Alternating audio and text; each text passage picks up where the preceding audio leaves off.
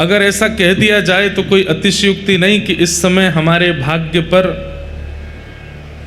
देवताओं को भी ईर्ष्या हो रही होगी कि ये लोग इतने सौभाग्यशाली हैं। जहां महाप्रभु जी के दर्शन करने के लिए ज़्यादातर लोग 1 दिन 2 दिन के लिए आते हैं, हमें 7 दिन का आश्रय प्राप्त हुआ। जहां महाप्रभु का महाप्रसाद व्यक्ति एक बार पाने के बाद फिर 1-1.5 साल का अनवसर कर लेता है, यहाँ रोज महाप्रसाद, और वो भी सुबह शाम महाप्रसाद पाने का अवसर मिल रहा है। अब हम पर जो कृपा होती है वो तो हम कहाँ तक आपको सुनाएं। हमें तो महाप्रभु जी विशेष रूप से कथा सुना रहे हैं ना, तो इसलिए वो यजमान हैं हमारे, महाप्रभु जी से हम दक्षिणा मांग सकते हैं। तो दक्षिणा के रूप में हम यही कहते हैं कि हमें कुछ नई नई भाव, नए नए कुछ ना कुछ भाव आप अर्पित करते रहो।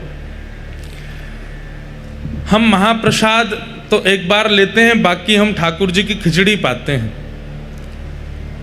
जगन्नाथ महाप्रभु जो खिचड़ी पाते हैं इतनी अद्भुत, वैसे तो सभी महाप्रसाद इतना अद्भुत होता है। एक बात बोलें आपको, महाप्रसाद और महाप्रसाद में परोसे जाने वाले व्यंजन और जो भी उसमें दालमा, सागमा आदि सब होते हैं, वो सब जब आपके सन्मुख प्रस्तुत किए जाते हैं और उन प्रस्तुत होते ही आपके मन में ये आता है, नहीं ये तो मैं नहीं खाता, या ये इसको इधर रखो, ये वाला नहीं देना, इतना देना, ऐसे। इसका मतलब है आप उस प्रसाद के प्रति व्यंजन दृष्टि रखते हो। व्यंजन दृष्टि मतलब ये चावल है, ये दाल है, ये सब्जी है, ये क्या बोलते हैं उसको, परवल है, आदि आदि भाव हैं। आप ये व्यंजन दृष्टि रखेंगे तो वो व्यंजन का स्वाद और व्यंजन से होने वाली लाभ हानि सब आपको अनुभव होगी। लेकिन आप उसके प्रति यदि केवल और केवल महाप्रभु जगन्नाथ जी का भाव रखेंगे, जैसे मैंने पहले दिन भी कहा था, दर्शन करने से नेत्रों से ठाकुर जी भीतर प्रविष्ट होते हैं, कथा सुनने से कर्ण रंध्र से प्रविष्ट होते हैं, महाप्रसाद पाने से ठाकुर जी मुख से प्रवेश करते हैं। महाप्रसाद साक्षात ठाकुर जी हैं। महाप्रसादे गोविंदे, उनके प्रति आपको अन्य भाव रखना ही नहीं है। हम सब तो जाते हैं सखाजन, इतने आनंद से महाप्रसाद पाते हैं, एक ही पत्तल में 3-3 बैठ जाते हैं, एक दूसरे से छीन छीन के पाते हैं। कल तो रात्रि गए दर्शन के लिए, तो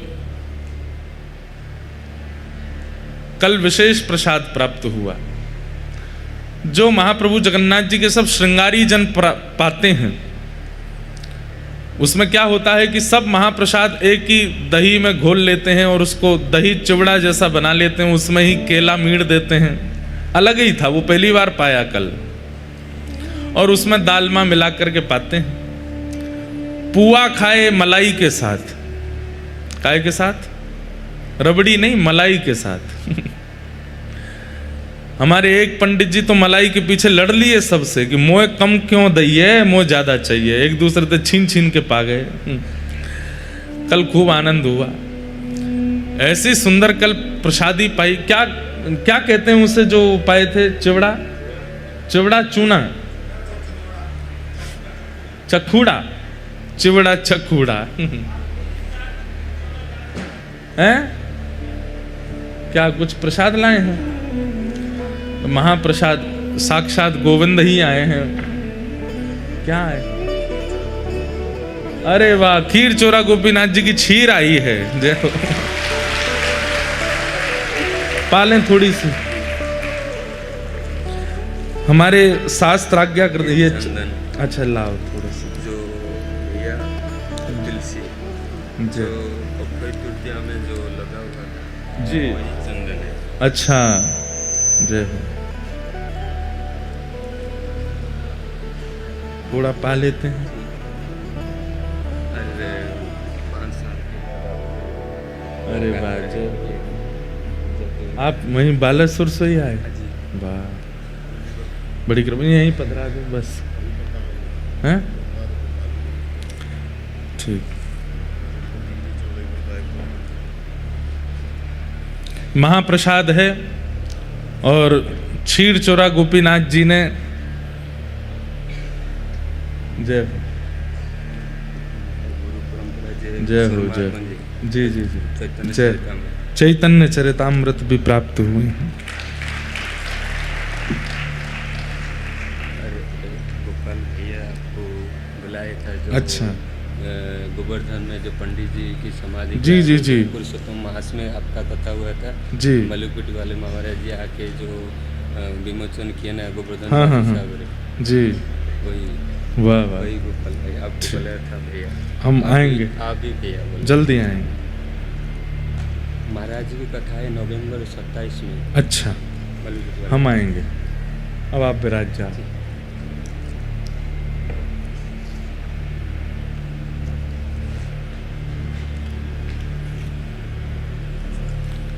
यही खीर ठाकुर जी चुरा करके धर लिए थे अपनी जेब में।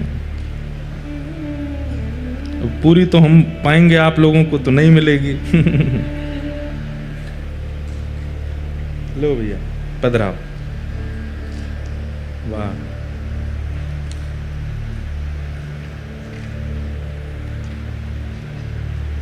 किसी और को देना नहीं।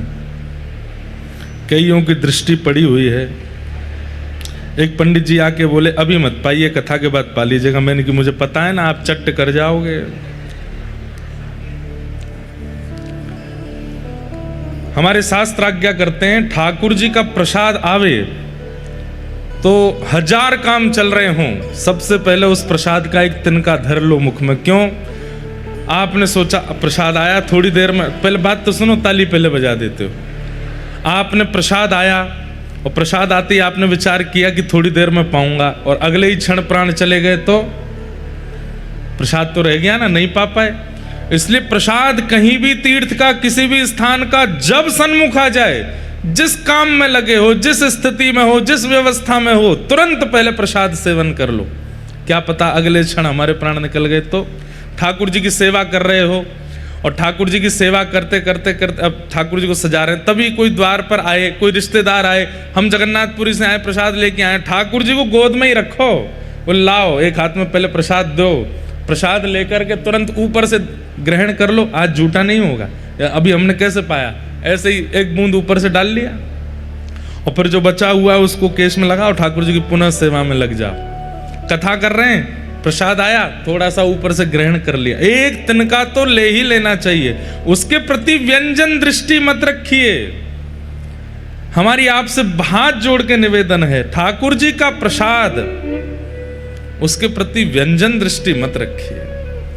आप जिस दिन व्यंजन दृष्टि को त्याग देंगे, उस दिन से आप अपने आप अनुभव करने लगेंगे, दर्शन से जो प्रभाव नहीं हो पाया, नाम जप भजन से जो प्रभाव नहीं हो पाया, वो प्रभाव केवल महाप्रसाद प्राप्त करते ही आपके अंदर होने लग जाएगा। महाप्रभु जगन्नाथ जी इतने प्रिय आपको दर्शन से नहीं लग पाए, भोजन भजन से नहीं लग पाए, लेकिन जैसे ही महाप्रसाद ग्रहण किया, अगर आपके चित्त में वास्तव में महाप्रसाद के प्रति भाव होगा तो एक तिनका प्रवेश होते ही नेत्रों से अश्रुपात होने लगेगा। महाप्रसाद ठाकुर जी को देख करके आनंदित हो जाओगे।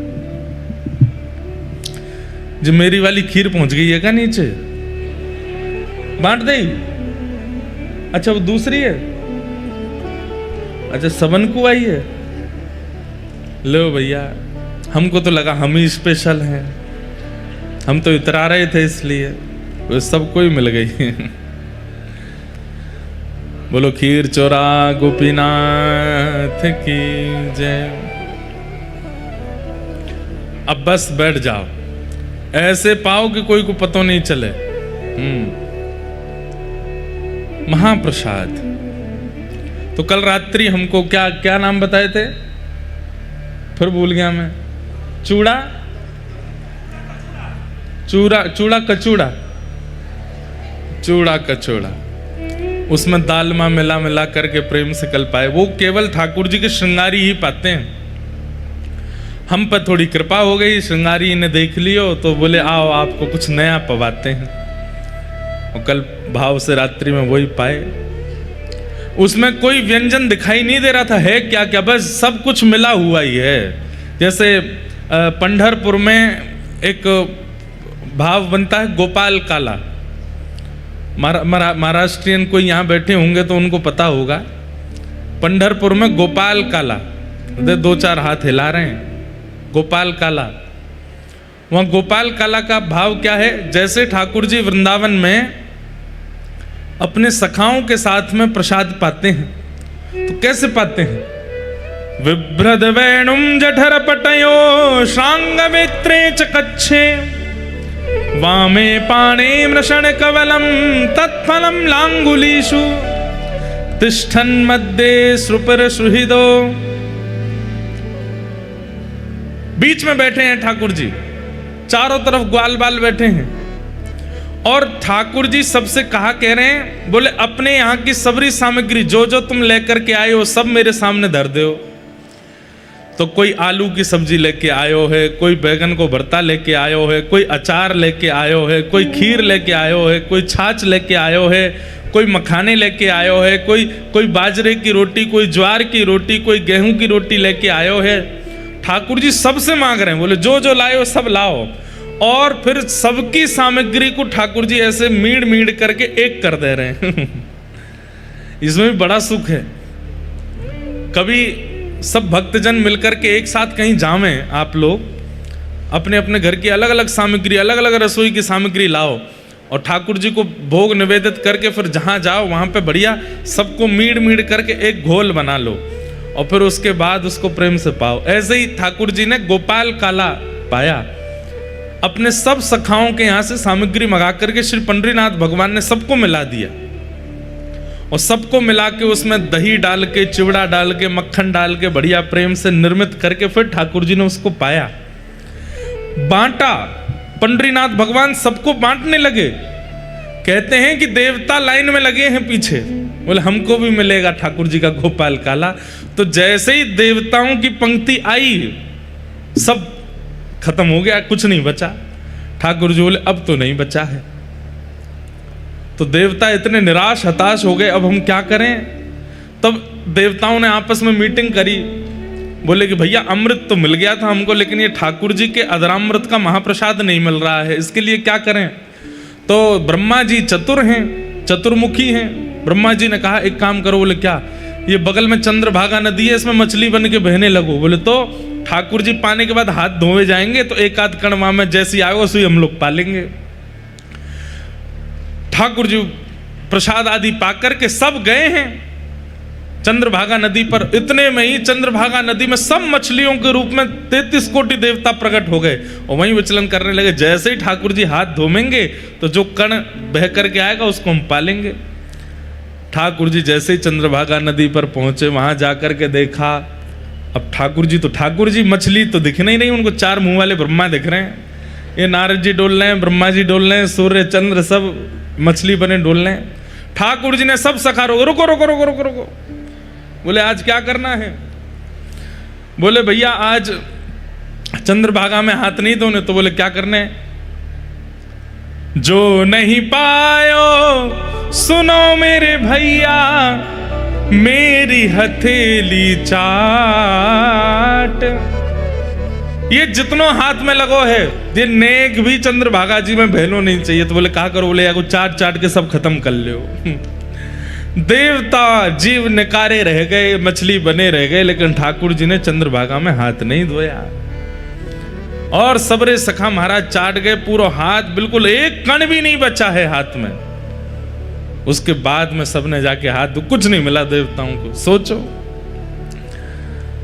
वो महाप्रसाद हम लोगों के सन्मुख आ जाता है।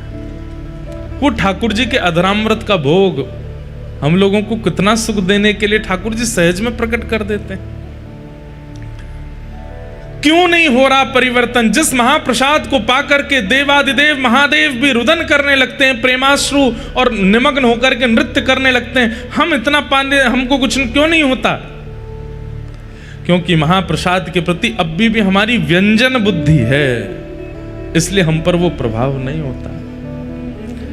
हमारी बात मान लीजिए, महाप्रसाद पाते ही आपकी चित्त वृत्ति आनंदित हो जाए, रात की नींद उड़ जाए, नेत्रों में अश्रुपात होने लगे, बस भगवत स्मृति में नृत्य प्रारंभ हो जाए, समझ जाना अब महाप्रसाद पाया है।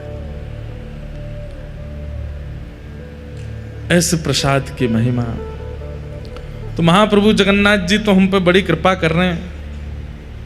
हम सोएं भले कहीं भी, हम रहें भले कहीं भी, हम डोलें चाहे कहीं भी, ऊधम चाहे कितना भी करें, जगन्नाथपुरी में समुद्र में नहामें, कोणार्क जामें, कुछ भी, पर नियम है हमारा जगन्नाथपुरी का कि हम और कुछ पा ही नहीं सकते।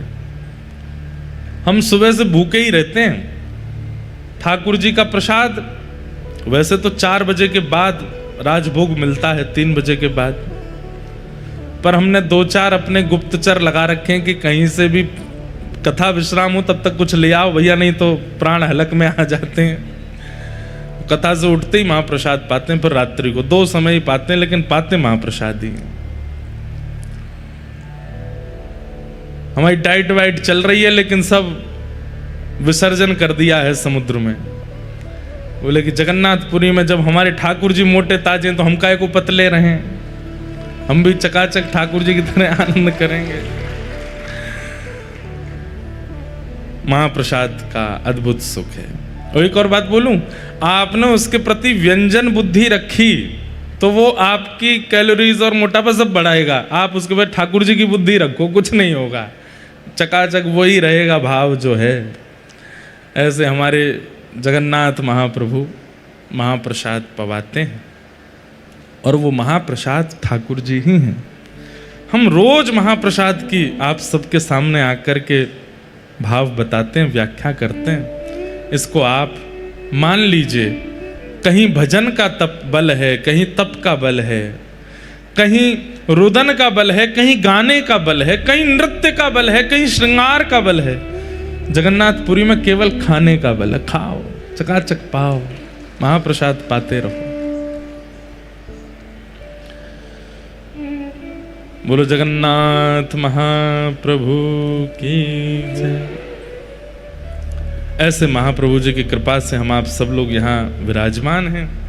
आज बंधुओं, कल हम लोग गए थे टोटा गोपीनाथ। आज जाना तो था साक्षी गोपाल, पर साक्षी गोपाल जी एक तो दूर बहुत है, 25 किलोमीटर, आधा रास्ता भुवनेश्वर का, तब साक्षी गोपाल आते हैं। अभी हमें व्यास मंच पे पता चला कि आज जो ध्वजा जी हैं, श्री जगन्नाथ महाप्रभु की ध्वजा जी हैं, वो व्यासपीठ की ओर से पधराई जा रही हैं। व्यासपीठ, हम शब्द व्यासपीठ कहते हैं तो इसका मतलब हम नहीं है, हम आप सब और हम, हमारी ओर से आज ध्वजा जी की सेवा है जगन्नाथ मंदिर में।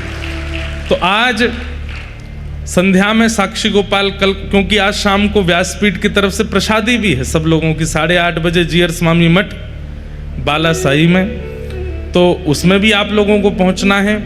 और उससे पहले आज साक्षी गोपाल ना जाकर के आज सब लोग मंदिर में एकत्रित हो जाएंगे 4 बजे कथा श्रवण के बाद, और फिर मंदिर की परिक्रमा करके लक्ष्मी मैया का जो मंदिर है, लक्ष्मी माता जहाँ विराज रहे, उसके सामने जो आंगन है वहाँ आप सब लोग जाकर के विराजमान हो जाइएगा।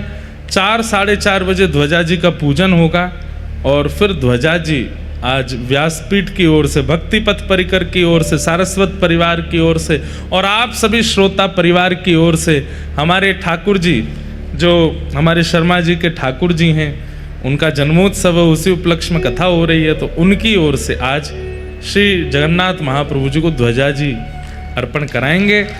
और फिर ध्वजा जी दर्शन के बाद फिर एक साथ घुसेंगे मंदिर में, और श्री गरुण स्तंभ के पीछे से जा करके महाप्रभु जी का दर्शन करेंगे। संभवतः शायद उस समय भीतर के दर्शन खुल जाते हैं, भीतर जाते हैं सारे दर्शनार्थी, भीतर जाते हैं, दर्शन कर तभी दर्शन करेंगे, और दर्शन कर करके आएंगे, और फिर उसके बाद सब प्रस्थान करेंगे। फिर 8:30 बजे आप लोग 8 बजे ही पहुंच जाइएगा श्री जीयर स्वामी मठ, वहाँ पर महाप्रसाद पाएंगे, चकाचक प्रेम से वहाँ आनंद करेंगे। तो आज का यही क्रम है, ध्वजा जी का दर्शन, ध्वजा, और फिर महाप्रभु जगन्नाथ जी का दर्शन, और संध्या में महाप्रसाद। कल अगर अवसर मिलेगा तो या तो साक्षी गोपाल जाएंगे या फिर गुंडीचा जाएंगे। जहाँ महाप्रभु जी जगन्नाथ जी की रथ यात्रा जाती है, देख लेंगे कैसी व्यवस्था है, या कोणार्क जाएंगे, अब पर्ची उछाल के देख लेंगे, जहाँ का आ जाएगा वहाँ चल देंगे। जैसा भाव ठाकुर जी प्रकट करेंगे वैसा हम लोग करेंगे। कल हम लोग मंगलाचरण का श्रवण कर रहे थे। 88,000 सौनकादि ऋषि नैमिषारण्य क्षेत्र में विराजमान है। अगले वर्ष नैमिषारण्य में भी कथा है फरवरी में, जहां पर सौनकादि ऋषियों को सूत जी महाराज ने कथा श्रवण कराई। उसी नैमिषारण्य क्षेत्र में अगले वर्ष फरवरी में कथा है। आप सब लोग वहां आइएगा। वहां कथा सुनने का अपना अलग ही महत्व है। 88,000 सौनकादि ऋषियों ने सूत जी महाराज से प्रश्न की और सूत जी महाराज जी अपने गुरु को प्रणाम करते हुए अब यहां से कथा कहना प्रारंभ करते हैं कि यम प्रव्रजन्तमनुपेतमपेत कृत्यम द्वैपायनो विरह कातरया जुहाव पुत्रेति तन्मयतया तर्वोऽभिनेदु तं सर्वभूतहृदयं मुनिमानतोऽस्मि। अपने गुरु को प्रणाम किया और गुरु को प्रणाम करते हुए श्री सूत जी महाराज यहां से कहना प्रारंभ करते हैं कि मुनयः साधु पृष्टोऽयं भवद्भिर्लोकमङ्गलम् यत्कृतः कृष्ण संप्रश्नो येनात्मा संप्रसीदति सुप्रसीदति। सूत जी महाराज बड़े प्रसन्न हैं। बंधुओं, एक बात आपको बताएं, सत्संग लाभकारी कब होगा? जब सत्संग करता सत्संग सुनने वालों से प्रसन्न हो जाए। सत्संग सुनने वाले जब आलस्य करते हैं, सत्संग सुनने वाले जब ध्यान नहीं लगाते हैं, इधर उधर देखते हैं, तो प्रवचनकर्ता का मन क्षोभित हो जाता है और उसके मन में क्षोभ आते ही उसका जो रस है वो भंग हो जाता है। फिर वो कितना भी भाव से कथा सुना रहा हो, आपका कल्याण नहीं हो सकता। शुकाचार्य जी की एक कथा सुनते ही परीक्षित का उद्धार हो गया, और यहां हम इतनी कथा सुन लेते हैं, क्यों नहीं होता? इसका मतलब ये नहीं है कि एक में ही उद्धार हो फिर दूसरा दोबारा सुननी नहीं चाहिए, पर वो प्रत्येक कथा श्री कृष्ण का अनुभव कराने वाली तभी बनेगी जब वक्ता श्रोता से प्रसन्न होगा। इसलिए श्रोता को ऐसी भावना करके कथा में बैठना चाहिए कि इनकी दृष्टि अगर मुझ पे पड़ जाए तो ये मुझे देख करके आनंदित हो जाए। आप हमारी बात सत्य मान लीजिए, तभी वक्ता के हृदय से सुंदर सुंदर मोती प्रकट होते हैं जो आपका कल्याण करने वाले होते हैं। सूत जी महाराज यहां अति प्रसन्न हैं। सौनकादि ऋषियों से कहते हैं कि मैं आपके प्रश्न से बहुत प्रसन्न हूं। आपने इतना सुंदर प्रश्न किया है। आपके प्रश्न में दो भावनाएं हैं। कौन कौन सी? पहली भावना भवद्भिर्लोक मंगलम। सब लोग इधर देखो, ध्यान से सुनो। आपके प्रश्न में पहली भावना यह है कि आपका प्रश्न लोक मंगल करेगा। कभी भी अवसर मिलता है ना तो चूका मत कीजिए। प्रश्न पूछने का अवसर मिले तो ऐसी जिज्ञासा, ऐसा प्रश्न करना चाहिए जिससे लोक मंगल होता। लोक में तो आप भी आते हैं ना, आपका भी मंगल हो जाएगा। और दूसरा, आपके प्रश्न में दूसरी भावना क्या है कि आपके प्रश्न से ठाकुर जी का यश प्रकट होगा और ठाकुर जी के सामीप्य वर्ती वार्ताएं होंगी। प्रश्न कैसा होना चाहिए? दो बातें, ठाकुर जी की लीला प्रकट होती हो और उस लीला के श्रवण से लोक का हित होता हो, लोक का मंगल होता हो, ऐसा प्रश्न ही करना चाहिए सदैव।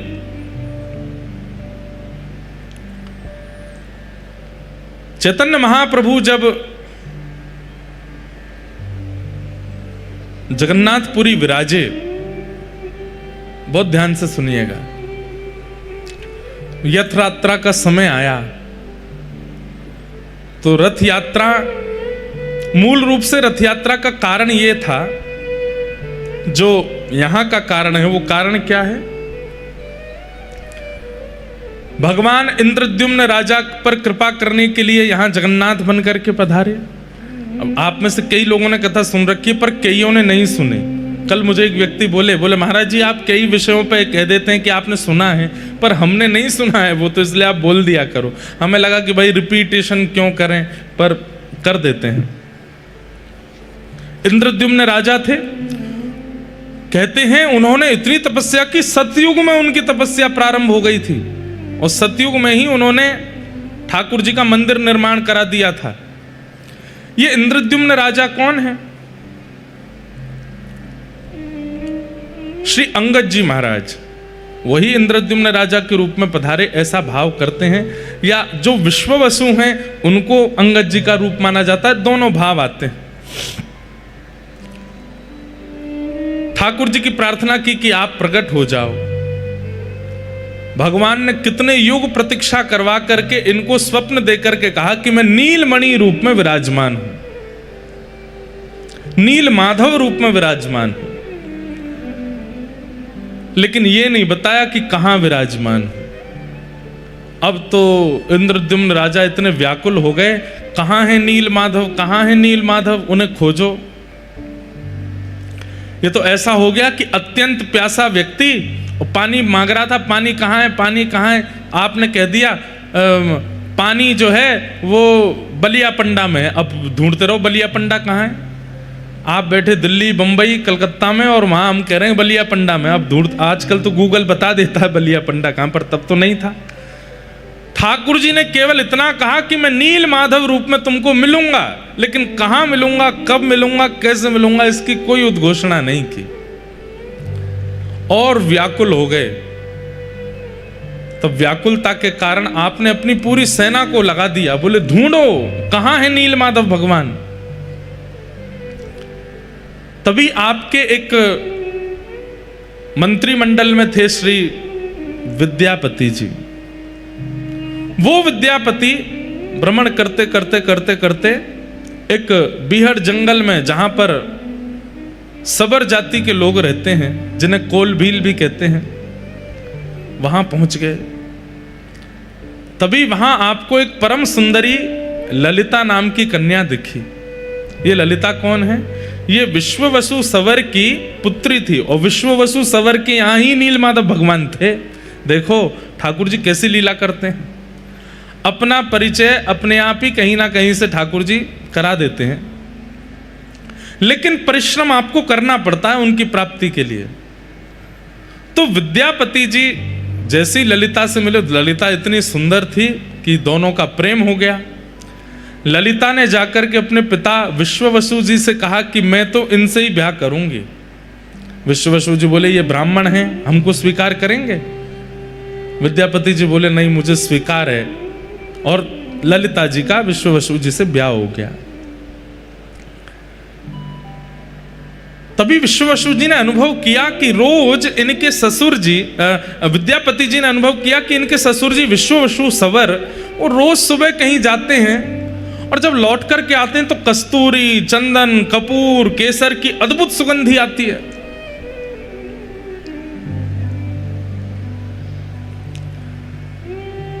खोज तो चल रही थी नीलमाधव भगवान की। तो विद्यापति जी ने ललिता जी से पूछा कि आपके पिताजी सुबह सुबह कहाँ चले जाते हैं भोर में, और इतनी सुगंधी आती है उनमें से, कहाँ जाते हैं वो? तो उन्होंने बताया कि वो अपने ठाकुर की सेवा करने जाते हैं। क्या ठाकुर हैं? बोले नील माधव। बोलो गंगा मैया की जय। परम कृपा, परम आनंद का विषय है। हमारे मध्य में परम पूजनीय प्रातः स्मरणीय श्री भगवत धाम हरिद्वार वाले पूज्य महाराज जी का आज आगमन हुआ है। आप सब लोग करतल ध्वनि के द्वारा पूज्य महाराज जी के श्री चरणों में प्रणाम करें। परम पूजनीय प्रातः स्मरणीय स्वामी श्री विवेकानंद जी महाराज, जिनकी कृपा दृष्टि दास पर सदा बनी रहती है, गंगा मैया का सुंदर भाव लेकर के चित्त में पूज्य महाराज जी पधारे हैं। साथ ही हमारे छोटे महाराज जी भी पधारे हैं। आप दोनों महापुरुषों को देख कर के मन में एक ही भाव आता है, बोल जुगल जोड़ी सरकार की। ऐसी जुगल जोड़ी है पूज्य महाराज जी की। और यहाँ भगवत धाम की परंपरा में युगल आचार्य ही रहे हैं। जय हो।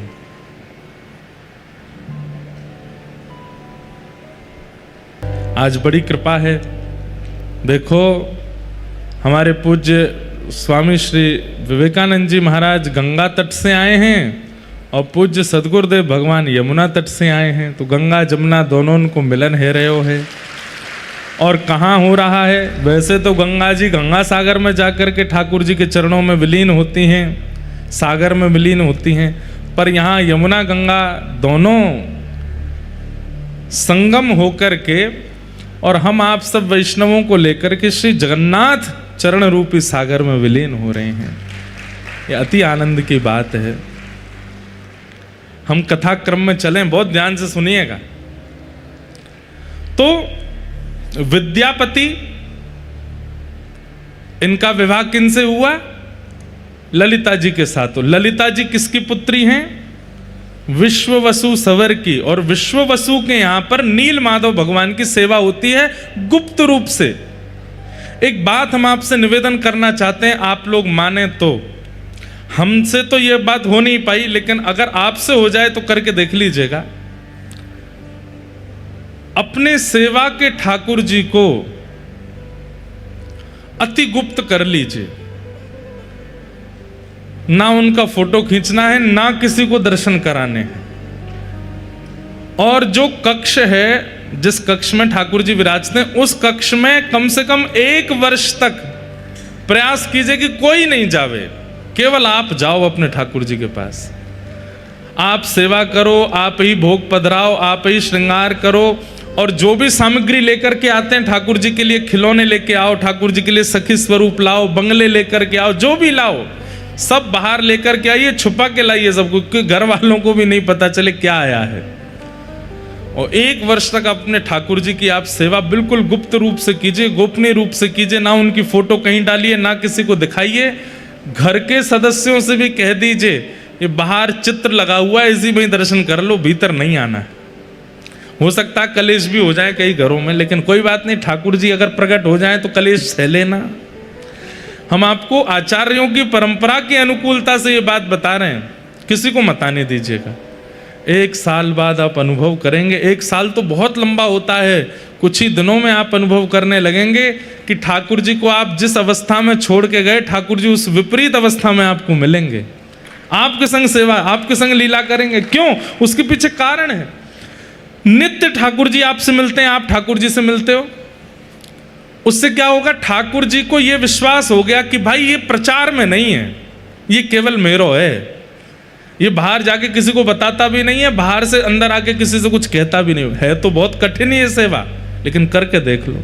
हम तो अपने लाल जी, हमारे बेचारे लाल जी तो सबके है गए, अब तो ये संभव नहीं, पर कभी ना कभी तो अवसर मिलेगा, हम करेंगे।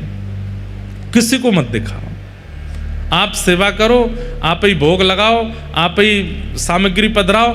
फूल लेके आइए, किलो किलो फूल लेके आओ और छुपा के भीतर ले आए, और भीतर आके अपने आप बंगला बनाया, बंगले में ठाकुर जी को बैठाया, दर्शन आरती करी, उसके बाद सारे फूल उतार करके बाहर पधरा दिए।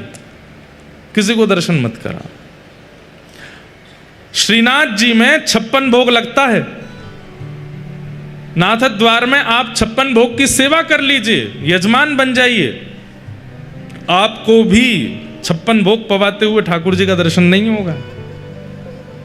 आपको उस काल, उस घड़ी में भीतर ले जाया जाएगा जब 56 भोग उठ रहा होगा। ठाकुर जी ने कैसे पाया, किसी को देखने का अधिकार नहीं है। कितनी उत्सव, कितनी लीलाएं श्रीनाथ द्वारा में ऐसी होती हैं जो सबके सामने होती ही नहीं है, भीतर ही भीतर हो जाती हैं।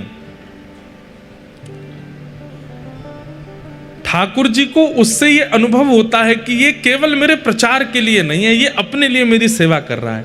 तो ठाकुर जी धीरे धीरे सहज होने लग जाते हैं और फिर कुछ ना कुछ लीला क्रिया करने लगते हैं। विश्व वसु सवर नील माधव भगवान की ऐसी ही सेवा करते हैं। किसी को नहीं पता, अपनी बेटी ललिता तक को दर्शन नहीं कराए हैं। लेकिन विद्यापति जी ललिता से कहने लगे, बोले मुझे भी तुम्हारे पिताजी के साथ उनके ठाकुर जी के दर्शन करने। ललिता बोली, बोलना मत इस बात को, मेरी इतनी आयु हो गई, मेरी मां के विवाह को इतने वर्ष हो गए, आज तक मां ने दर्शन नहीं किए, आज तक मैंने दर्शन नहीं किए, हमारे परिवार के बड़े बुजुर्गों ने दर्शन नहीं किए, वो किसी को नहीं लेके जाते साथ में। कहते हैं नील माधव भगवान है और नील माधव भगवान चलते फिरते उठते बैठते खाते पीते सब करते हैं। हम लोग देखने के अधिकारी नहीं है, इसलिए केवल पिताजी जाते हैं वहां पर। आप लोग बहुत सावधानी से सुनिए, बड़ी गूढ़ और बड़ी आनंदमयी कथा है। विद्यापति तो अब मन में ठान लिए कि मुझे कैसे भी दर्शन करने हैं। इंद्रद्युम्न राजा ने इस कार्य के लिए भेजा है कि ढूंढ के आओ कहां है नील माधव भगवान। तो विद्यापति ऐसा व्यवहार करने लगे, पत्नी भोजन देती है, वो कहते हैं मन नहीं है, इच्छा नहीं है।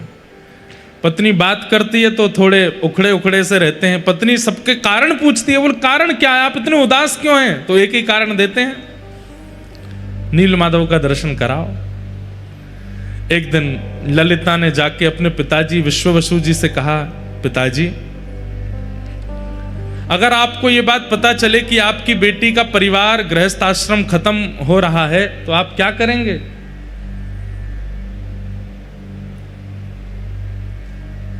तो आप बोले कि पुत्री के गृहस्थ आश्रम को व्यवस्थित करने के लिए जो करना पड़े करेंगे।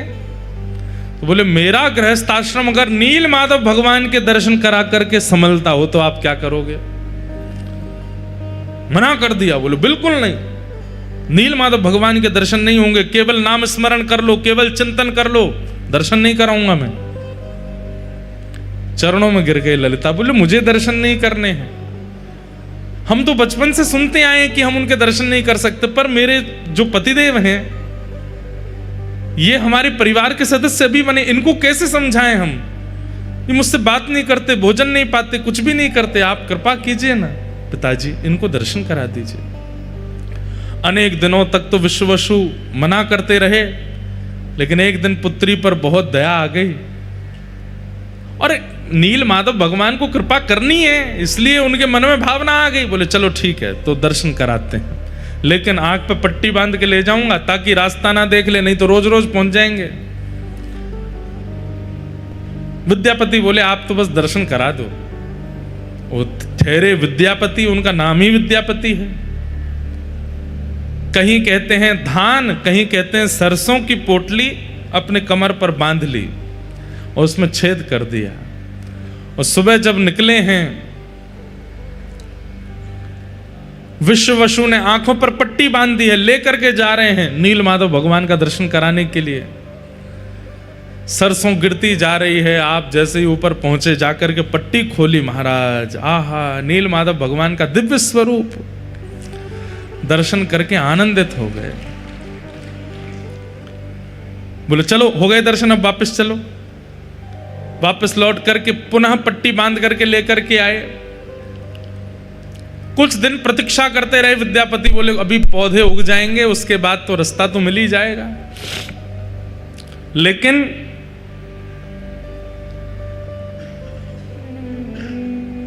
रास्ते के पीछे पीछे जाकर के जब नील माधव भगवान का दर्शन करने लगे, आप अति आनंदित हो गए। आपने तुरंत इंद्रद्युम्न राजा को खबर पहुंचवा दी कि महाराज नील माधव भगवान मिल गए हैं। युगों से चली आ रही प्रतीक्षा इंद्रद्युम्न राजा की अब पूर्ण होने वाली है। आनंद के साथ नाचते गाते हुए इंद्रद्युम्न राजा आ रहे थे। तभी क्या हुआ, कहीं कहते हैं नील माधव भगवान अंतर्ध्यान हो गए, कहीं कहते हैं देवता उनको लेकर के चले गए, क्योंकि वो जो रास्ता बनाया था सरसों डाल करके वो देवताओं को भी तो पता चल गया था। सोचिए, नील माधव भगवान की ऐसी सेवा विश्ववसु कर रहे थे कि देवताओं को भी नहीं पता कि वो कहां हैं। लेकिन उस सरसों का मार्ग देवताओं को भी मिल गया, तो कहते हैं देवता ले गए नील माधव भगवान को। इंद्रद्युम्न राजा आकर के कुंपित हो गए। सबर लोगों से युद्ध छिड़ने ही वाला था, तभी आकाशवाणी हो गई, बोले कि तुम चिंता मत करो, यही मेरा नील माधव स्वरूप प्रकट होएगा। बोले कहां जाओ? बोले चक्र तीर्थ पहुंच जाओ और वहां पर प्रतीक्षा करो, दारू ब्रह्म के रूप में मैं आऊंगा और तुम्हारे द्वारा सेवा स्वीकार करूंगा। अपनी पूरी सेना लेकर के इंद्रद्युम्न राजा चक्र तीर्थ पहुंचे। समुद्र के तट पर प्रतीक्षा कर रहे थे, तभी सुंदर दारू बहती हुई आ रही। कैसे पता चला कि ये ठाकुर जी हैं? तो शंख चक्र गदा पद्म चारों अंकित थे। हजारों की सेना लगा दी, लेकिन वो दारू, वो लकड़ी, ठाकुर जी का स्वरूप जिसमें अभी आकृति नहीं बनी है, उठा ही नहीं पा रहे हैं। खूब प्रयास किया, हाथियों से खिंचवाया, लोगों ने उठाया, लेकिन नहीं निकल पा रहे हैं। तब अंत तो गत्वा आकाशवाणी हुई कि जिसके लिए आए हैं उसी से उठेंगे। तब इंद्रद्युम्न राजा, मतलब मानो मान हनन कर रहे हैं इंद्रद्युम्न का, राजा नहीं हो तुम, अब हम तुम्हारे यहां आए, अब तुमको सेवक बनना पड़ेगा। इंद्रद्युम्न राजा जैसे गए, विशाल दारू ब्रह्म को एक भुजा से ही उठा लिया। ठाकुर जी हल्के हो गए और कंधे पर बैठ करके सीधे उनके साथ चलने लगे। और सबसे पहले महाप्रभु जी का वह विग्रह आया गुंडीचा, जहां हम लोग कल या परसों में जाएंगे दर्शन करने। एक प्रकार से ठाकुर जी की वहां जन्म वेदी कहा जाता है उसको, ठाकुर जी का मायका भी कहते हैं, घर भी कहते हैं। ठाकुर जी ने वहां आज्ञा कर दी कि हमारा स्वरूप निर्माण कराओ। अनेकों रूप बनाने वाले आए, अनेकों शिल्पकार आए, लेकिन कहते हैं छेना हथौड़ी उठाते हैं और जैसे ही करने लगते हैं तो जैसे किसी लोहे पर प्रहार करने पर खन आवाज और चिंगारियां निकलती हैं, ऐसे निकलने लगी। कोई ठाकुर जी का निर्माण नहीं कर पाया। तभी वहां एक विशेष परिवार के सदस्य, जिनका परिवार आज तक ठाकुर जी का स्वरूप निर्माण करता है, वे आए। उन्होंने आकर के ठाकुर जी का स्वरूप बनाया, लेकिन उन्होंने नियम रख दिया कि मैं एकांत में बनाऊंगा। दूसरी बात, आप बार बार आकर के डिस्टर्ब नहीं करेंगे, देखेंगे नहीं, एकांत में बैठ करके ठाकुर जी का स्वरूप निर्मित होगा। हमें कैसे पता चलेगा कि ठाकुर जी बनना है? बोले आप बाहर से आवाज सुनते रहना, अंदर छेनी हथौड़ा की आवाज आती रहे, उससे पता चलेगा कि ठाकुर जी बनने हैं। 25 दिन 24 दिन की लगभग उन्होंने आज्ञा की, इतने दिन में ठाकुर जी बनेंगे। लेकिन 14 दिनों में ही आवाज आनी बंद हो गई। रानी घबरा गई, राजा घबरा गए। आपने व्याकुल हृदय से एक दिन प्रतीक्षा की और फिर प्रतीक्षा का बांध टूट गया। बोले कि ठाकुर जी वयोवृद्ध हैं जो बना रहे हैं, कहीं ऐसा नहीं हो भीतर ही पधार गए हों, देख तो लें एक बार। जैसे ही द्वार खोल करके देखा, महाप्रभु जगन्नाथ जी का सुंदर विग्रह वहां विराजमान। श्री बलभद्र जी महाराज, श्री सुभद्रा जी और श्री सुदर्शन जी, चारों रूप प्रकट हो गए। बोलो श्री जगन्नाथ महाप्रभु की। ठाकुर जी का स्वरूप प्रकट हो गया।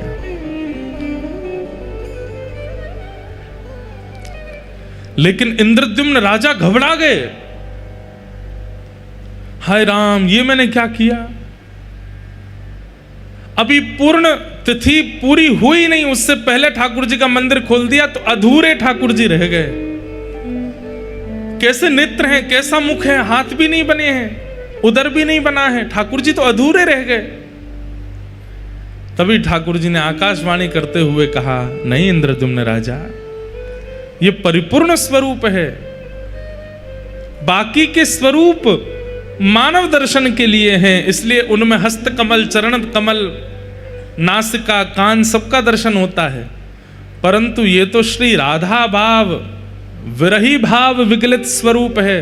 ब्रजवासियों के विरह में, द्वारिका में मेरा श्री अंग पिघल गया था, वही स्वरूप मैंने नारद जी को आज्ञा करके कहा था कि मैं कलयुग में प्रदान करूंगा सब जनमानस को दर्शन कराने के लिए। वही ब्रजवासियों के विरह में मेरा प्रेम विगलित स्वरूप ही यहाँ जगन्नाथ बन करके आया है।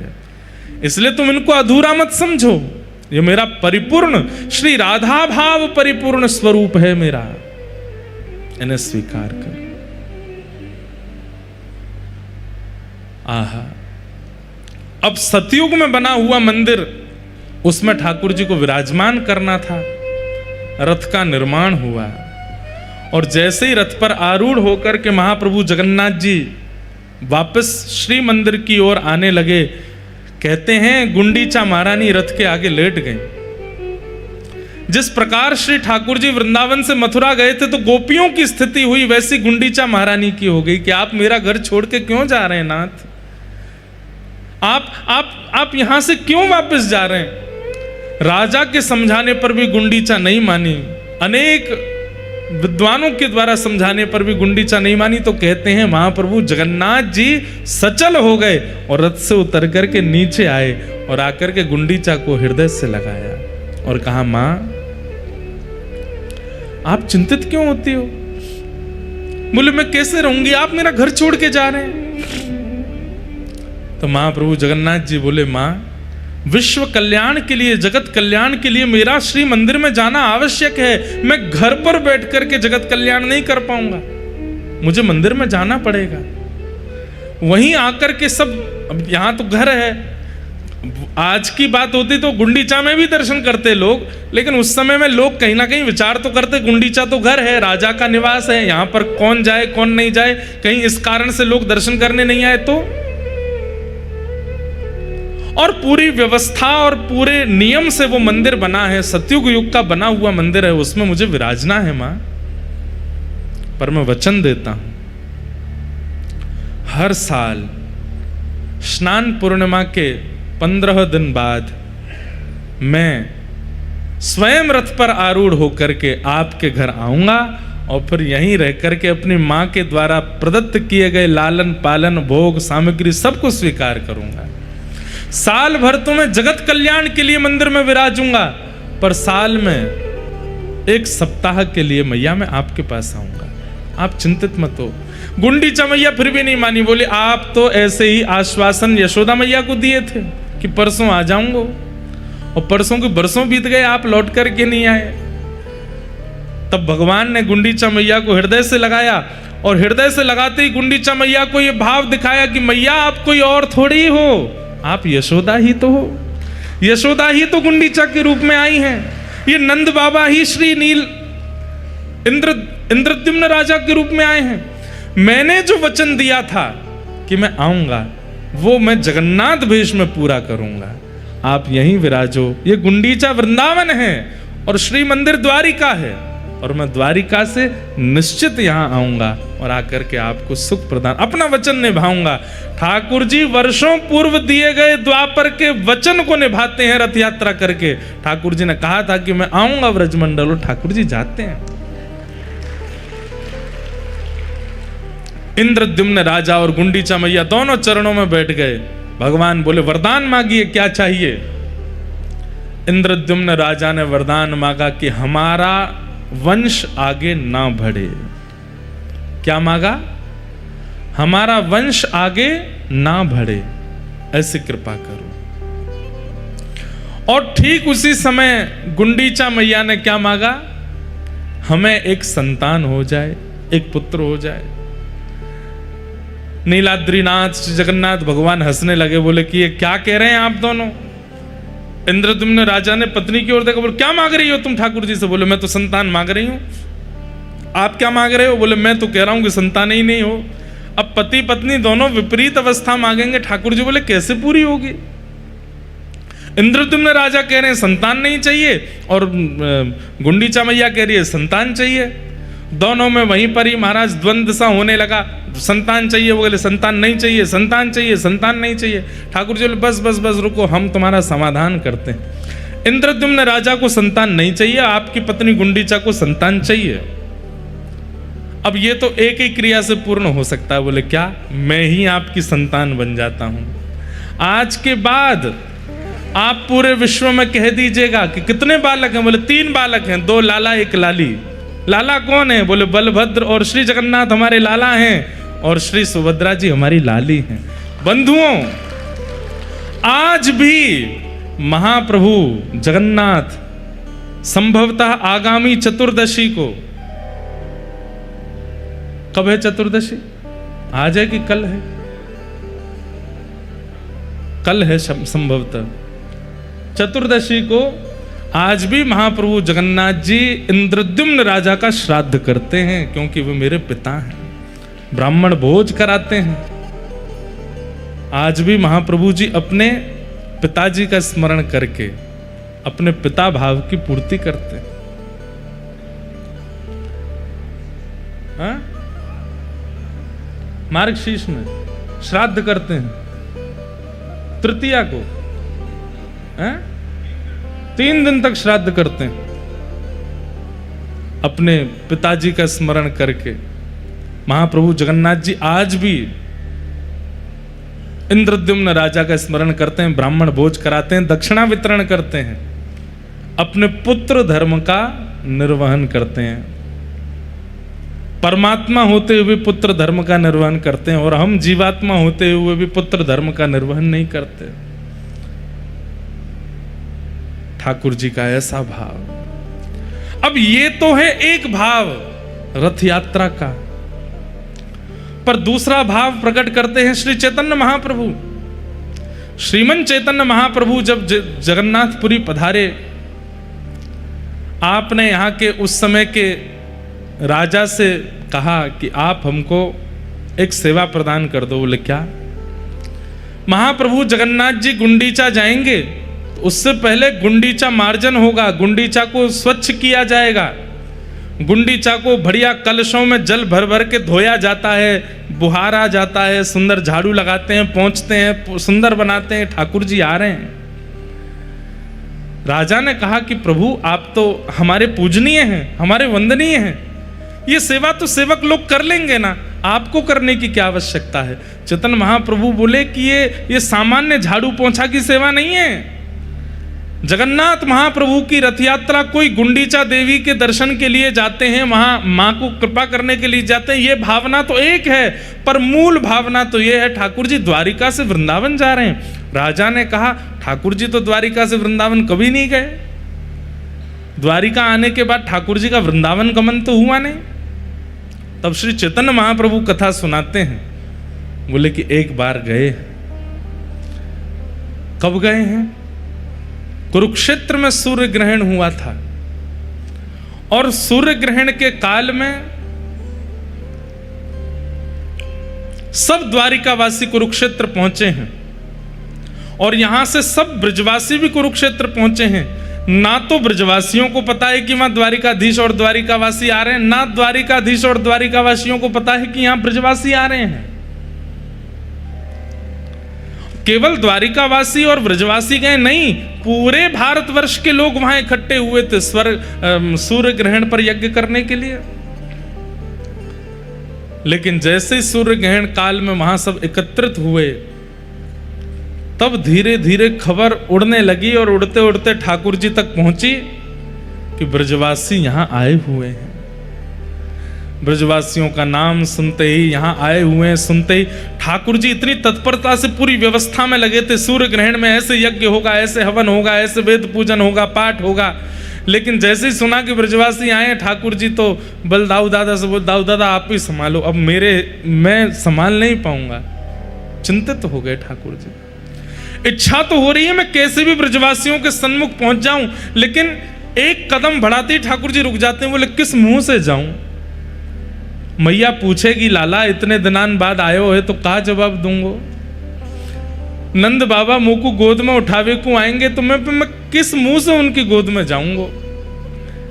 मधुमंगल श्रीदामा तन सुखा मन सुखा धन सुखा ये सबरे सखा, ये मोते कहेंगे लाला तेने बढ़िया सखा बनो हमारो, इतने साल है कि मिलो नहीं, मैं कहाँ उत्तर दूंगो? तो ठाकुर जी हर एक घड़ी बाद सोचते हैं कि अब मैं जाऊं ब्रजवासियों से मिल के आऊं, लेकिन फिर रुक जाते हैं, मैं कहाँ कहूंगो?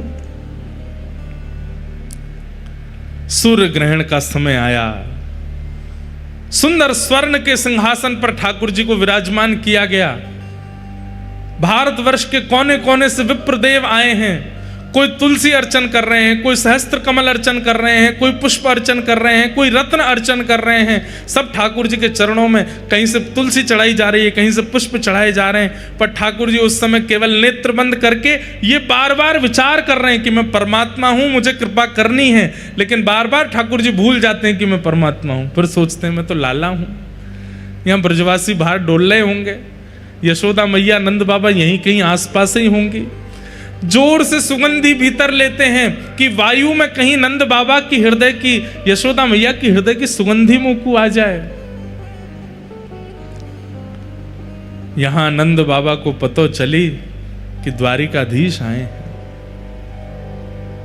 हमारो लाला आयो। नंद बाबा ने धीमे से जाकर के ये खबर यशोदा मैया को सुनाई। बोली अरी मेहर एक बात बताऊं? बोले कहा, हमारो लाला कन्हैया वो कुरुक्षेत्र में है। ये सुनते ही यशोदा मैया तो उठ खड़ी हुई, नेत्रों से कम दिखाई देता है। कहा सुनी मैंने, लाला कुरुक्षेत्र आयो है? बोले हाँ मेहर, लाला कुरुक्षेत्र में। भाव विह्वल हो गई, हाथ पकड़ लिए नंद बाबा के। बोले मुझे एक बार दिखाए दो, मुझे एक बार मिलाए दो। अब यहां नंद बाबा संकोच कर रहे हैं। यशोदा 100 से भी अधिक वर्ष हो गए हैं लाला को गए भय, और मैं और मेरे तेरे हृदय को भाव तो है ही कि लाला से मिलना है, पर वास्तविकता तो अब सबसे छुपी नहीं है कि लाला मूल रूप में बेटा तो देवकी वसुदेव को है ना। और अब तो वो द्वारिका को राजा बन गयो है, सब वाकू राजा महाराजा कहकर के पुकारे हैं। हमने तो सुनी है 16,108 ब्याह है गए, बड़े बड़े राजघराने की कन्यांते वाको ब्याह भयो है। हम भोरे भारे से ब्रजवासी जामेंगे, हमको देख करके कहीं लाला को संकोच है गए हो तो कैसे जाएंगे? यशोदा मैया बोली यही संकोच को चिंतन करते करते जीवन निकल जाएगो। अरे मेरी एक इच्छा पूरी कर दो बस, अब पता ना कब प्राण चले जाएं। एक बार लाला को, एक बार मेरे कन्हैया को मुंह को दिखाए दो। मैं देखना चाहूं लाला के नैन नक्श अबहु वैसे ही हैं, हाथ पांव वैसे ही हैं कि कछु परिवर्तन आ गयो है। एक बार तो दिखाए दो। और श्री नंद यशोदा अति वृद्ध हैं, दोनों धीमे धीमे हाथ पकड़ करके जा रहे हैं, पूछते जा रहे हैं भैया ये द्वारिका वासी इनको शिविर कहां है? ये कथा श्री चैतन्य महाप्रभु सुना रहे हैं यहां के राजा को, और बता रहे हैं कि मूल रूप से रथ यात्रा क्यों होती है।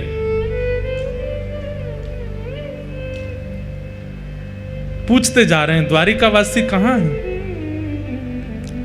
जैसे ही द्वारिका के शिविर में पहुंचे, और वहां तो असंख्य लोग नर नारी घूम रहे हैं, और सब कोई माला जाप कर रहे हैं, कोई मंत्र जाप कर रहे हैं, कोई आराधन कर रहे हैं, कोई देव पूजन कर रहे हैं, क्योंकि अब ग्रहण काल है। नंद बाबा जाके बोले भैया हमारो कन्हैया कौन से कमरा में है, हमारो कन्हैया कौन से शिविर में है, हमारो कन्हैया कहां बैठो है? द्वारिका के लोग बोले कौन कन्हैया? अरे हमारो गोपाल। बोले कौन गोपाल? अरे हमारो लाला। बोले कौन लाला? अरे तुम्हारो द्वारिकाधीश। तो ऐसे बोलिए ना, क्या आप कन्हैया बोल रहे हैं, गोपाल गोविंद क्या बोल रहे हैं?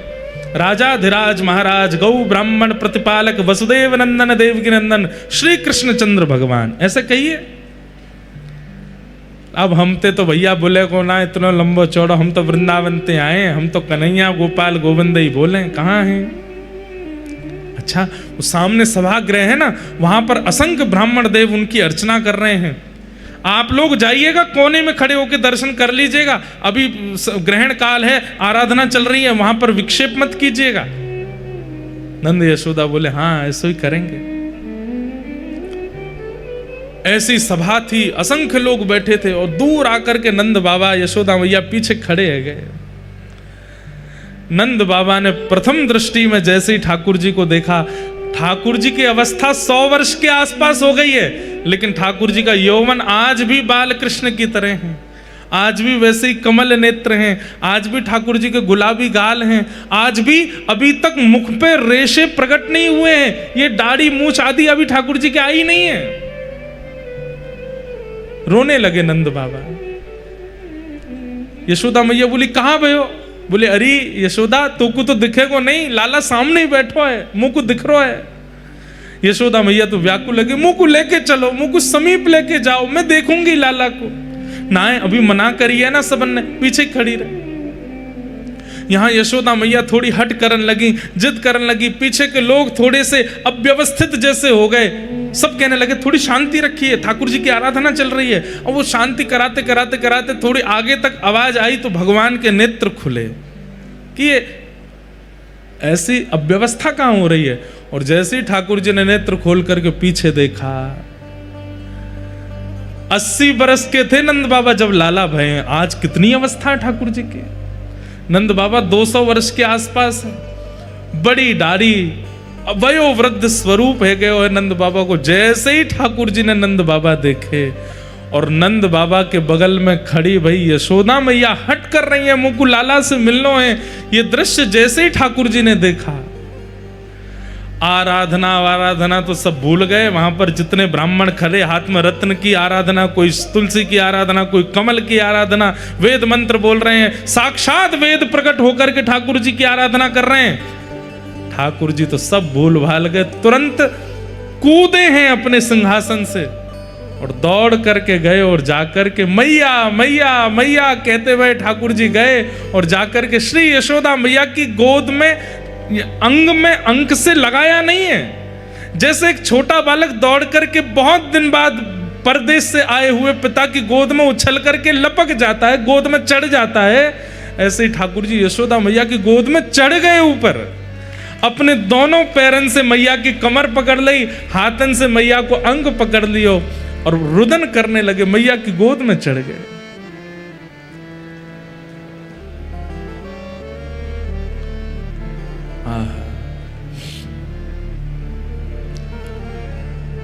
यशोदा मैया रुदन कर रही हैं।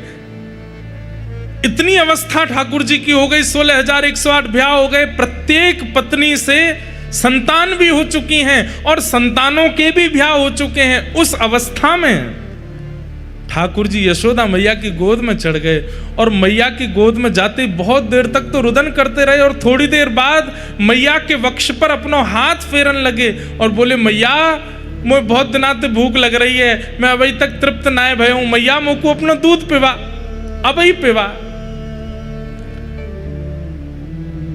अब द्वारिकाधीश नहीं है, अब वृंदावन चंद है। छोटे से लाला को जैसे गोद में मैया लेती है, ऐसे ही ठाकुर जी को लेकर के बीच आंगन में बैठ गई। चारों तरफ द्वारिकावासी देख रहे हैं, नंद बाबा खड़े हैं बगल में और श्री यशोदा मैया लाला को अपने पयोधर का पान करा रही हैं। 200 वर्ष की वयोवृद्धा यशोदा मैया ने जैसे ही अपना पयोधर ठाकुर जी के मुख में दिया, अपने आप दुग्ध प्रकट होने लगा और ठाकुर जी दूध पान कर रहे हैं। रुक्मणी जी घुटनों पर बैठे बैठे रुदन कर रही हैं। सत्यभामा, जामवती, जितनी सब भगवान की पटरानियां हैं, इस दृश्य को देखकर के कोई आश्चर्यचकित हो रही है, ये क्या देख रहे हैं हम। सबके कान में खबर पड़ी कि यशोदा मैया है। जैसे ही पता चला यशोदा मैया, सब द्वारिकाधीश, द्वारिका के लोग अपने अपने स्थान पर ही दंडवत प्रणाम करने लगे। यशोदा मैया की जय हो। यही है यशोदा मैया।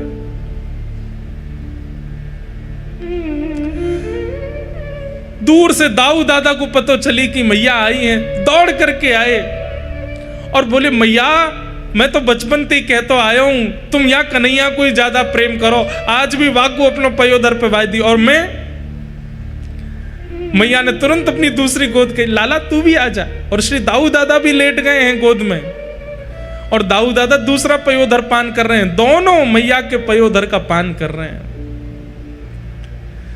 रेवती महारानी बलराम जी की पत्नी देखकर कि वे भी रुदन कर रही हैं, सब भावुक हो गए हैं। यशोदा मैया के नेत्रों से प्रेमाश्रु झर रहे हैं, लाला के एक एक अंग को टटोल रही हैं। लाला का सिर कैसे है, केश कैसे हैं, कान कैसे, मस्तिष्क कैसे, नासिका कैसी, आंख कैसी, सब कुछ आज तक वैसा ही है जैसे वृंदावन में थे ठाकुर जी, कोई परिवर्तन नहीं हुआ।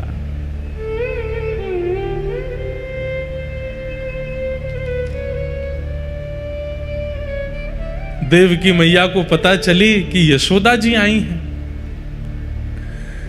जैसे ही देवकी मैया आई, मैया ने आकर के प्रणाम किया। यशोदा मैया बोली, लाला जी कौन है? बोले मैया जी, मैया है, देवकी मैया है। देवकी मैया नाम सुनते ही यशोदा मैया उल्टा प्रणाम करने लगी, चरण पकड़ने लगी। और चरण पकड़ने तो देवकी मैया संभाल रही, मैया जी कहा कर रही हो आप? अरे यशोदा, आज तक तुम्हारी चर्चा ही सुनी है, आज भी लाला, भले ही लाला मेरो है पर पूरी द्वारिका में चर्चा यूं ही होवे यशोदा नंदन लाला है। आज भी जन्माष्टमी के दिन सब यशोदा के लाल भजो, यशोदा के लाल भजो कहकर के गाँव में आज पहली बार मिली हो, आपको हृदय से लगाऊं। यशोदा मैया बोली, मैं आपके हृदय से लगवे योग्य नहीं हूं, आपके चरणन की अधिकारी नहीं हूं। क्यों? ऐसा क्यों कह रही हो? बोली, या यशोदा के प्राण तो कब के निकल गए होते, या यशोदा के प्राण पखेरु तो कब के वैकुंठ पहुंच गए होते। अगर देवकी ने कन्हैया को जन्म देकर के वृंदावन नहीं पहुंचो होतो तो यशोदा को अस्तित्व नहीं है। तो आपने कृपा करके लाला को जन्म दियो और जय लाला वृंदावन आयो, हमारो जीवन बन के, हमारो सार बन के, हमारो सर्वस्व बन करके आयो, हमें सर्वस्व प्रदान करवे के काज में आपके चरणन को प्रणाम करूं। और हंसी में यशोदा मैया कहने लगी, मैया तो आप ही हो, मैं तो लाला की धाई मां हूं। जैसे मैया की अनुपस्थिति में बालक की सेवा करे, मैं तो वो हूं। ये सुनकर के देवकी मैया रुदन करने लगी। यशोदा जी से बोली, मां ऐसे मत कहो, आप पूरे द्वारिकावासी से पूछ लो, लाला आपसे कितनो स्नेह करे। नंद बाबा की गोद में चढ़ गए ठाकुर जी।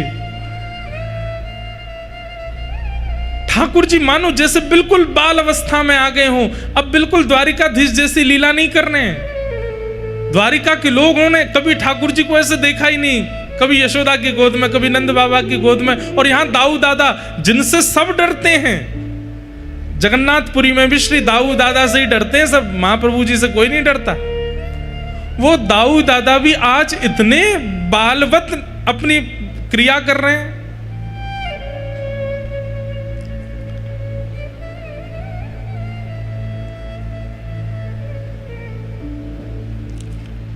तभी ठाकुर जी के कान में खबर पड़ी, श्री राधा रानी भी आई हैं। राधा रानी का नाम सुनते ही ठाकुर जी थोड़े गंभीर हो गए और गंभीर अवस्था में आकर के मैया को तो भीतर बिठाया, सब पत्नियों से मिलवाया, सब क्रिया करी। और अवसर जान करके ठाकुर जी बोले कि किशोरी जी नहीं आएंगे, मैं ही जाऊंगा। यहां किशोरी जी सब सखियों के साथ बैठी हैं।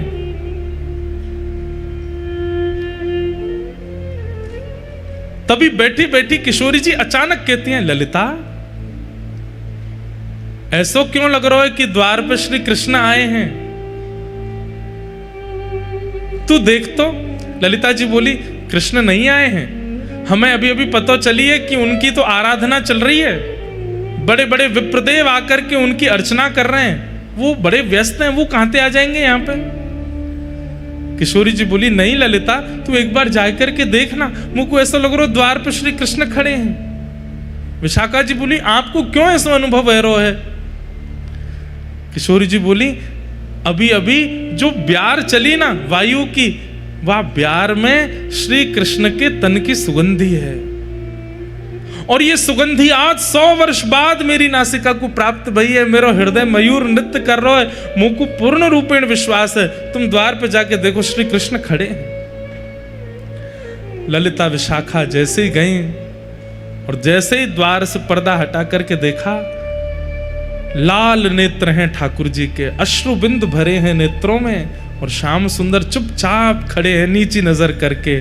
और खड़े खड़े मानो जैसे कोई कहने में तो थोड़ी अतिशयोक्ति लगती है, लेकिन अत्यंत व्याकुल व्यक्ति या अत्यंत आत्मग्लानि से भरा हुआ व्यक्ति होता है, जिसे बस ये लगता है मैं मुख कैसे दिखाऊं। ऐसे ठाकुर जी दोनों हाथ समेटे नीची नजर खड़े वहां खड़े हैं।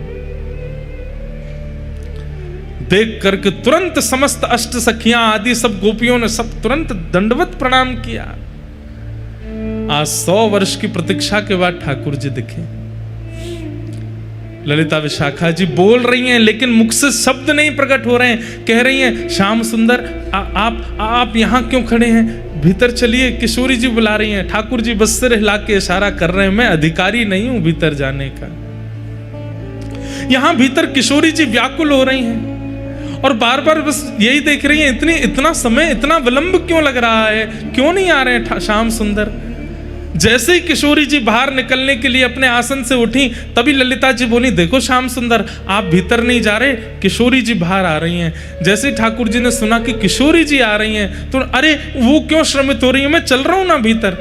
तुरंत ठाकुर जी भीतर गए और आज 100 वर्ष के पश्चात किशोरी जी की दृष्टि के सामने ठाकुर जी हैं और ठाकुर जी की दृष्टि के सामने श्री किशोरी जी हैं। शब्द नहीं है। ये द्वारिका व्रज मिलन जब हुआ है कुरुक्षेत्र में, उस समय वार्ताएं नहीं हुई हैं, केवल सब मौन हैं, एक दूसरे को देख करके ही आनंदित हो रहे हैं। सबके मन में बस एक ही भाव आ रहा है कि बोल करके किसी संवाद को प्रारंभ क्यों करें। इतने वर्ष बाद नेत्रों को श्याम सुंदर दिखे, देख लो इन्हें।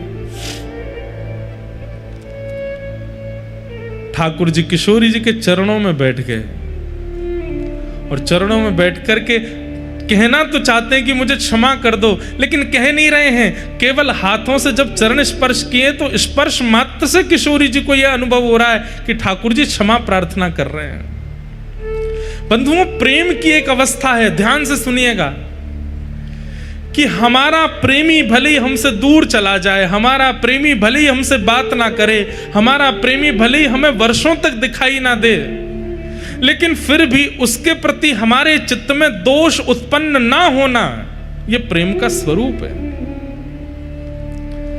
ठाकुर जी द्वारिकाधीश बन गए, 16,108 ब्याह हो गए, इतना सब कुछ हो गया, लेकिन ब्रजवासियों ने कभी कोसा नहीं ठाकुर जी को। छलिया, कपटी आदि आदि जो भी कहती हैं, कहने के बाद तुरंत अपनी बातों को समाप्त कर देती हैं। जोई जोई प्यारो करे सोई मोहे भावे, भावे मोहे सोई, जोई सोई सोई करे प्यारे। श्री हितरवंश महाप्रभु हित चतुराशी जी के प्रथम पद में कहते हैं, प्रेम का स्वरूप क्या है? ठाकुर जी जो करें, प्रेमी हमारा जो करे, हमें सब स्वीकार है। ब्रजवासियों ने कभी शिकायत नहीं की ठाकुर जी से। आज 100 वर्ष थोड़े होते हैं, यहां कोई 10 दिन हमसे बात ना करे तो हम लोग उसके प्रति व्यंग कसने लगते हैं। 100 वर्ष बाद ठाकुर जी मिले हैं, फिर भी किशोरी जी, सब गोपियां, सखियां, नंद बाबा, यशोदा, किसी ने शिकायत नहीं की ठाकुर जी से। यह प्रेम का स्वरूप है।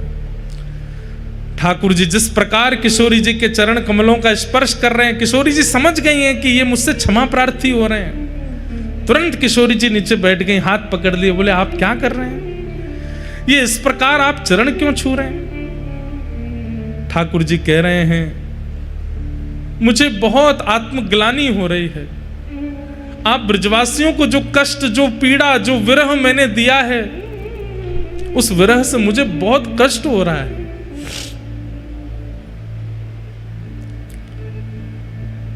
किशोरी जी ने हस्त कमल पकड़े, बोले नहीं, आपने हमें कोई विरह नहीं दिया। आप ही तो कहते हैं कि विरह में प्रकट किए गए अश्रुबिंद वो चित्त का मार्जन करते हैं, चित्त की शुद्धि होती है। अरे किसी के 1 दिन की शुद्धि, किसी के 10 दिन की शुद्धि। हम ब्रजवासी कितने सौभाग्यशाली हैं, हमारे तो 100 वर्ष की शुद्धि कर दी है आपने। और ये 100 वर्ष की शुद्धि हमारी नहीं है श्याम सुंदर, हमारे आने वाली पीढ़ी व्रज में जितने भी लोग जन्म लेंगे युगों युगों तक, चाहे वो कोई क्रम करें, नियम करें, अनुष्ठान करें, चाहे ना करें, वो फिर भी शुद्ध ही रहेंगे, क्योंकि उनके बट का भी रुदन हम ब्रजवासियों ने कर लिया है। वे परम पवित्र रहने वाले हैं। इसलिए ब्रजवासी सर्वपूज्य है। बड़े बड़े मठाधीश भी प्रणाम करते हैं ब्रजवासियों को। क्यों? ब्रजवासियों के बटके अश्रुबिंद ब्रजवासियों ने उस समय में बहा दिए, पवित्र हो गया है सबका चित्त।